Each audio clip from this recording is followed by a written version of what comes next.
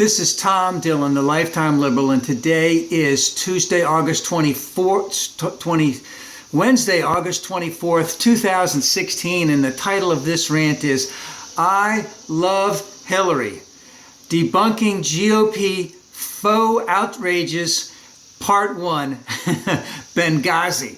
Now, just to start everything off here, since this is Part 1, is that our friends on the Republican side thrive, and I certainly mean thrive, on fear and anxiety.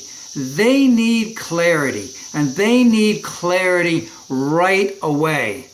And that clarity means that things have to be black and white, good and bad, good and evil, and, and right and wrong, so to speak.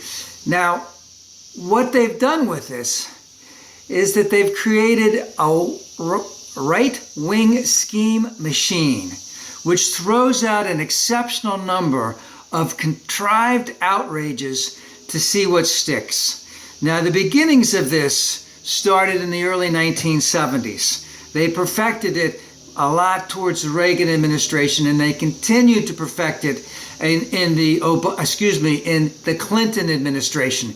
They threw out an incredible amount of shit. Now, in 1992, they had already pegged Hillary. They had already pegged her for all of this contrived outrages. And the reasons they had pegged her is they could see a couple things. That number one, that she was an exceptionally smart woman.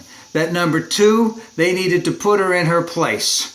Number three, that because of her cautious nature and her lawyerly background, let's just say, and let's just say she didn't have the kind of savvy political skills that Bill had, that they could take her on and they could make her into a very unsympathetic figure, especially to their base. And of course, that's what they have done. Now, one of the things, two things I want to talk about real quick from that is that Hillary came onto the scene, and of course, you didn't have any women as political wives who were nearly as smart and nearly as involved as Hillary was into the campaign. So they needed to take her down. And of course, they needed to take her down, one, because she was a woman, and two, they already knew how appealing she would be to the soccer moms. Remember the soccer moms from 1992? We didn't really have anyone on the political stage showing up as a strong woman. I could think of a couple ladies, Bella Asbug, Barbara Jordan. Of course, there are many, many others. I can't think of them offhand. Geraldine Ferraro ran in 1984, but by the time Mondale even picked her, they knew that he wasn't even going to get 5 states. So they didn't have to worry about trashing her, even though they did plenty of that. So, and of course, Bob Beckel was running that campaign, so everything was in the tubes. They were down the tubes by the time Geraldine Ferraro came in. But they were going to go after Hillary from the beginning because they had that right-wing scheme machine going, you know.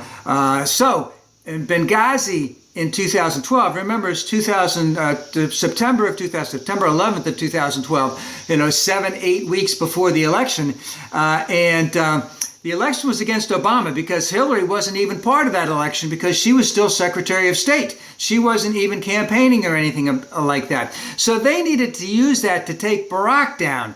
They needed to go against Hillary Jared, who was the one who showed up on the five shows within, 36 hours of Benghazi, 48 hours, something like that, when we still did not know all of the information. But again, the Republicans, they needed, someone to blame. They were out to discredit, Obama. They needed someone to blame. They were not looking for the truth. They needed someone to blame before the election, and blaming Hillary before the election wouldn't do them any good. No, they had to bring it back to that administration, to Valerie Jarrett and to Barack Obama, because even though they were saying they were going to win with Romney, their internal polling showed them that they were not going to win. So they needed this. They needed something, to go after Obama with. Now,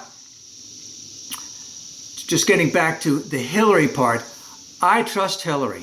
I know what she has done year in and year out, quietly working, a policy wonk, incredible amount of caring for everyone, trying to get policies worked through. You can't win everything in politics to the exact amount that you want every single time. You have to compromise. You have to take some good with the bad. That's just the way politics is. And I trust Hillary. I know that the GOP has put an exceptional amount of time and effort to make what I would call a routine, everyday occurrence of a high government official look like an act of treason. So, I just had a relative. We were at a family type of thing, and the relative said some stuff. I don't really comment on it, but the relative said something. I just can't believe, that 4 Americans could die, and Hillary was to blame, and we don't do anything about it. Something to that effect. I know what they have done is, that they have delegitimized every single thing about her. So in essence, Hillary's actions have been scrutinized to such a degree to make her actually look like a participant in the murder of, a U.S. ambassador.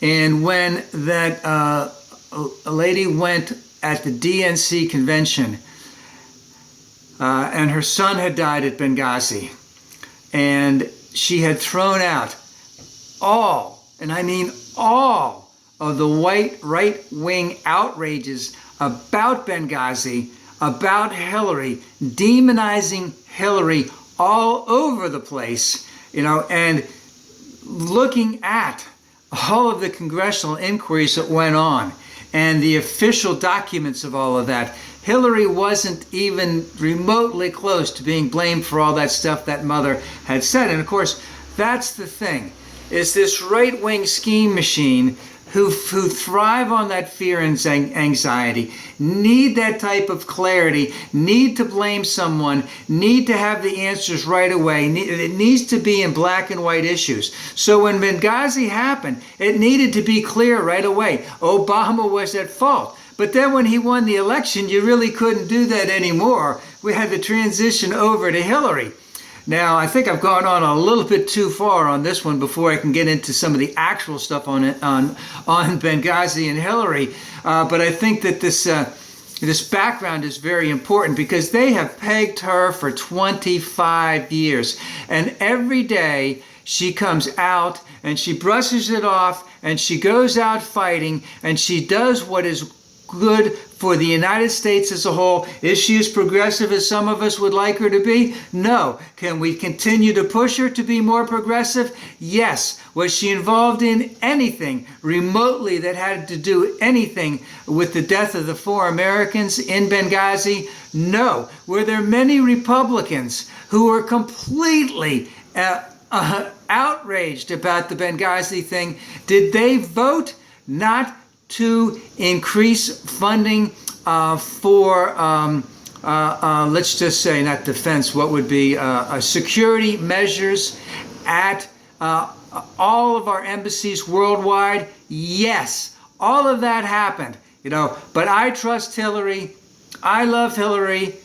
God, I wonder if they should make a TV show, I Love Hillary, like I Love Lucy. We could bring back, who are those two? William Frawley and what was the lady's name? Vivian Vance. We'll bring them back. But all of this is contrived. I'll get into the Benghazi thing, the true aspect of Benghazi and Hillary next time, because this one's gone on too long. I trust Hillary, and I'm not going to listen to any of that right-wing stuff.